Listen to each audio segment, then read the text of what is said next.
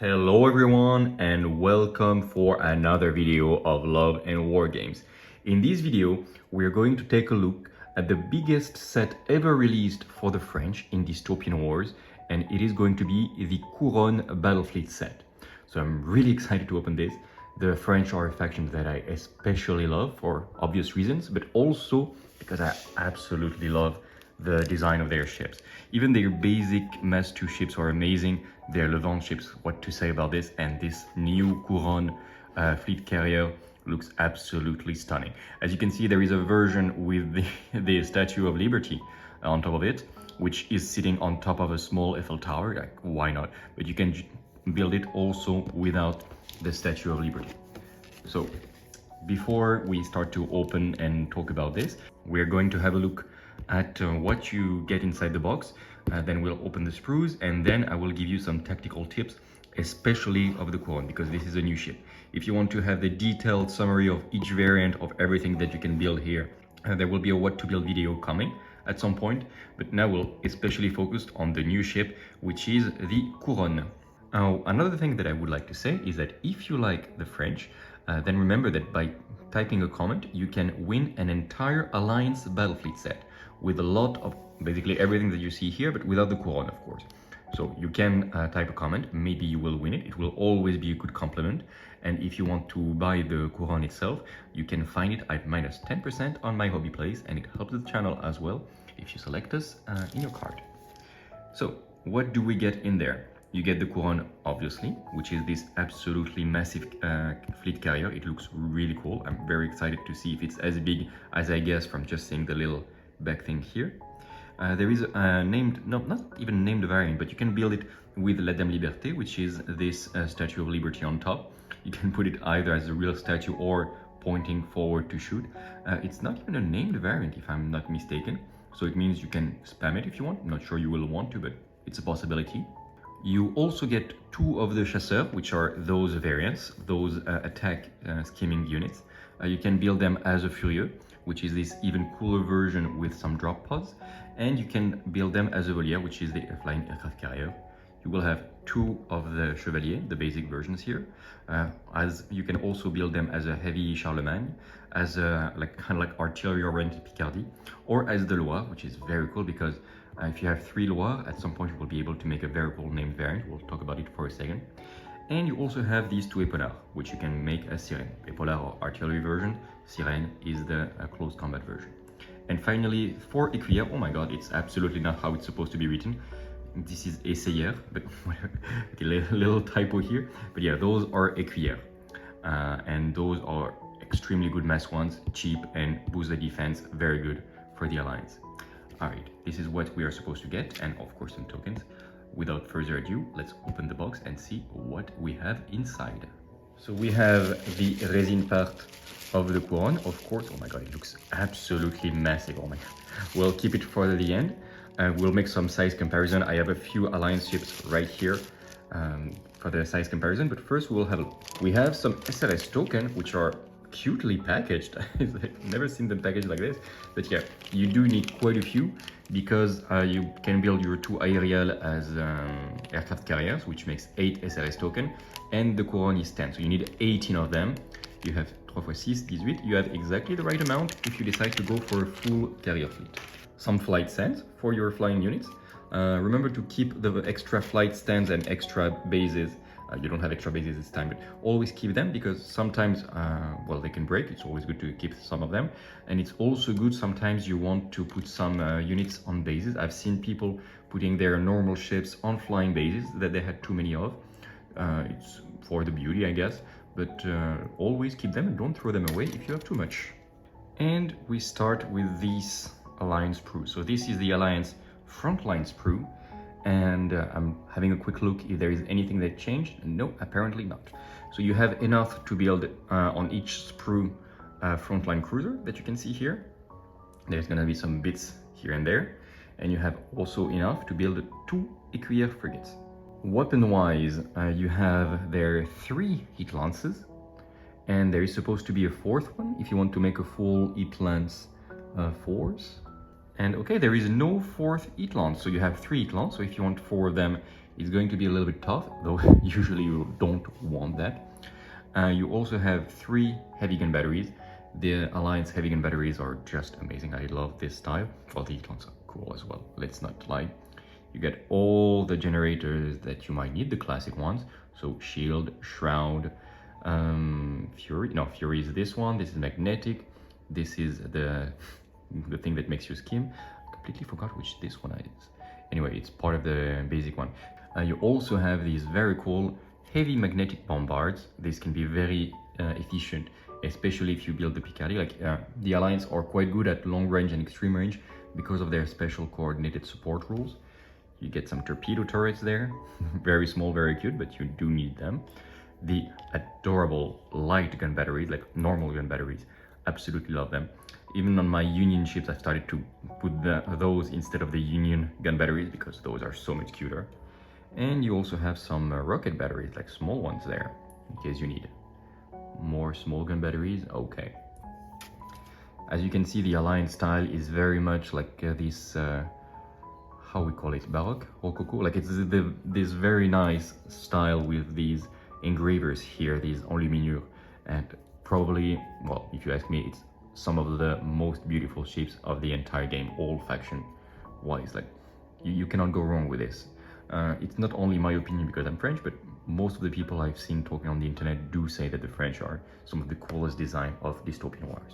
You get a second pack, and I'm actually a little bit stupid when I told you you wouldn't have enough Heat Lances and stuff, because on each Frontline cruiser you can have maximum 2 big weapons. So here on this box you're gonna have 6 Heat Lances. So that is going to be way enough. You're even gonna have a little bit extra if you need. So you have 2 sets of those.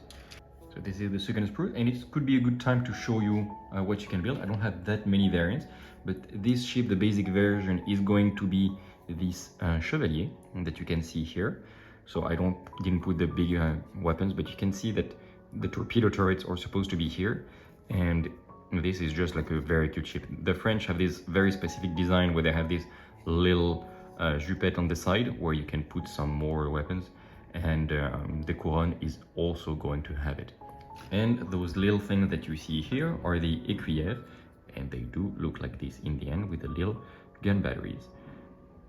Okay, we are now going to the beautiful, beautiful skimming units of the French, and as you can see, like this is the bottom.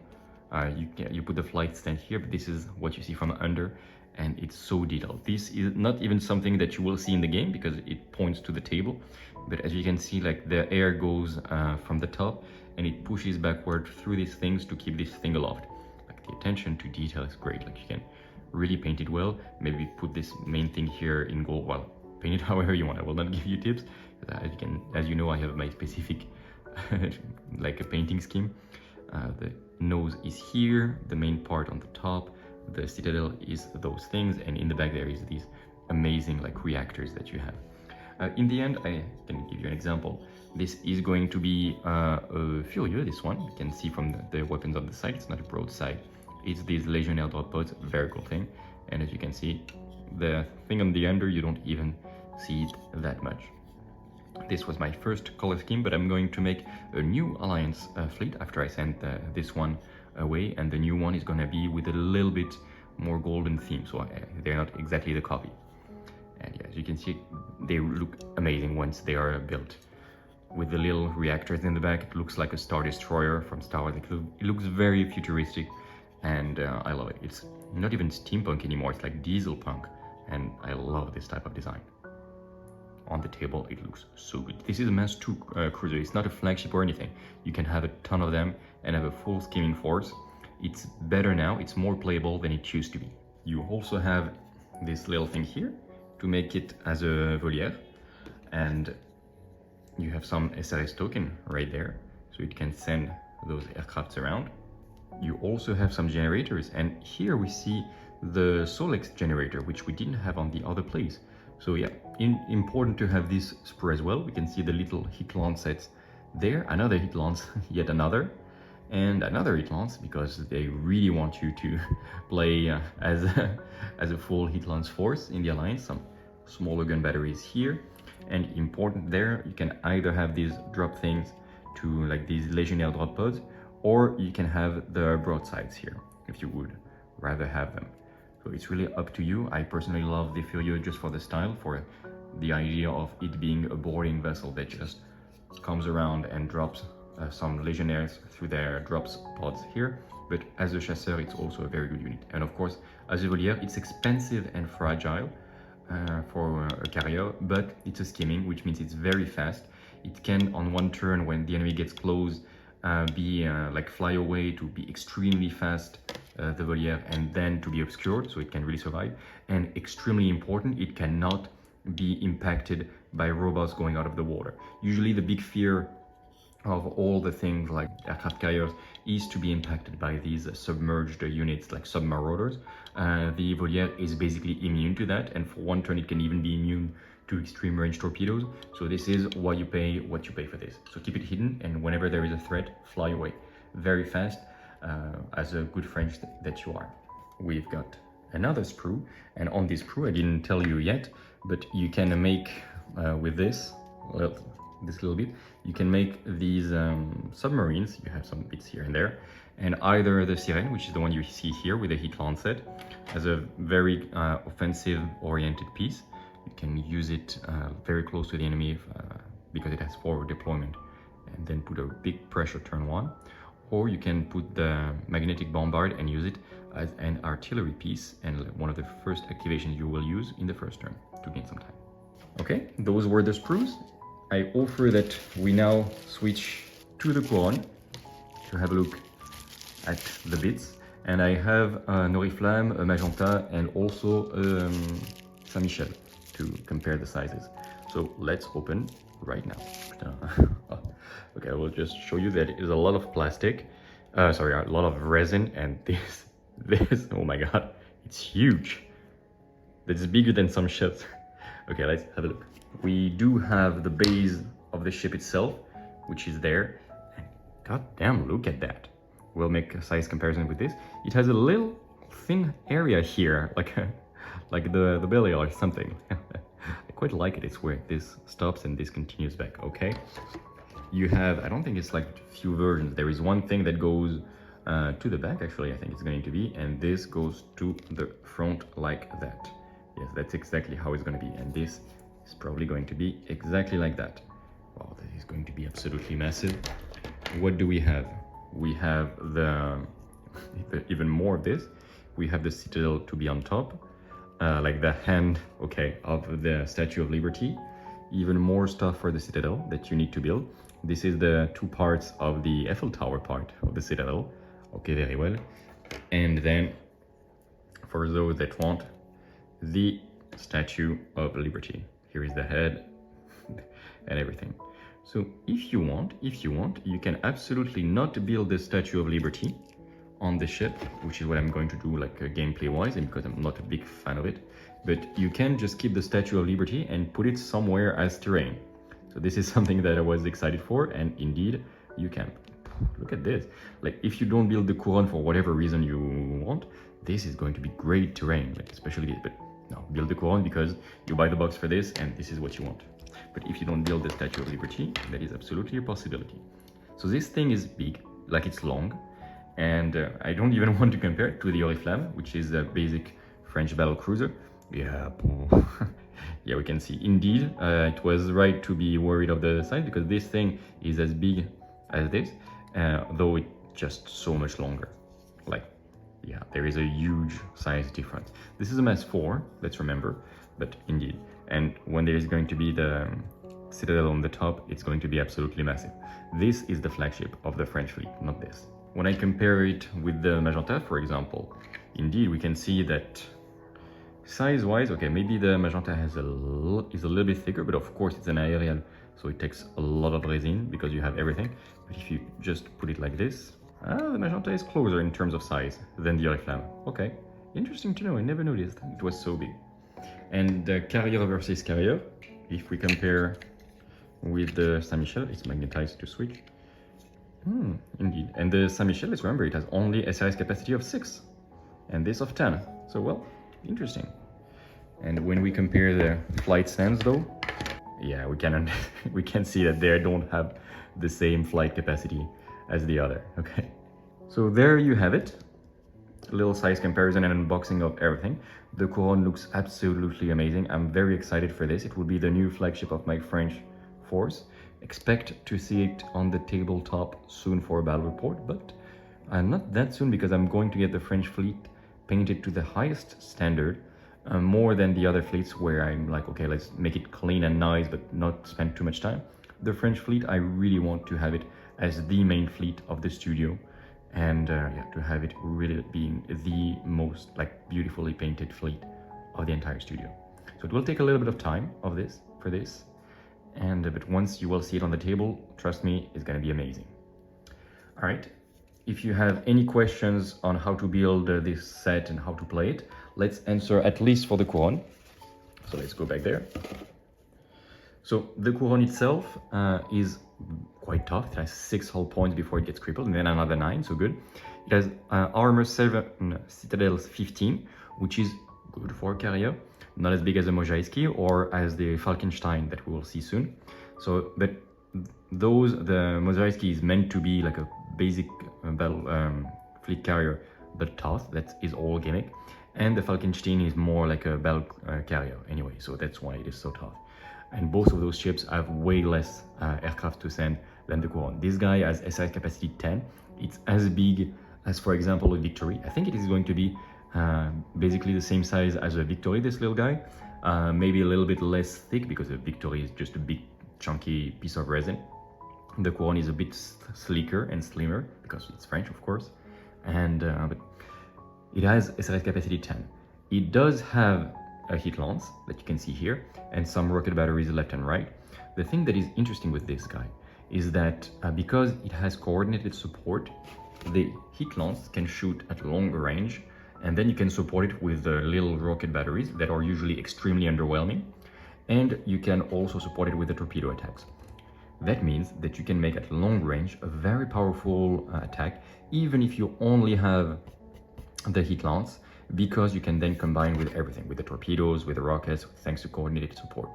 So that's how I would play the Couronne, as a quite offensive-oriented carrier, actually, because it does have a very good firepower. Don't expose him just to shoot, because the main DPS comes from the aircraft, but it can really pack a punch. At point blank, I'm not even talking about it, because of course, heat lances are great, but even at long range, thanks to everything, it's great. You can put the Statue of Liberty, which gives him inspirational, which is whatever, but it also gives him sustain, because it has an integrated solids generator, which would be fine. You do pay quite a few points for this, like I think it's like 20 or 30. But let's remember that coordinate support, if you use this rule, you lose sustained. And since the Couronne wants to use coordinated support, I'm like, why would you do that? It doesn't have a special rule that would allow him to combo both of those.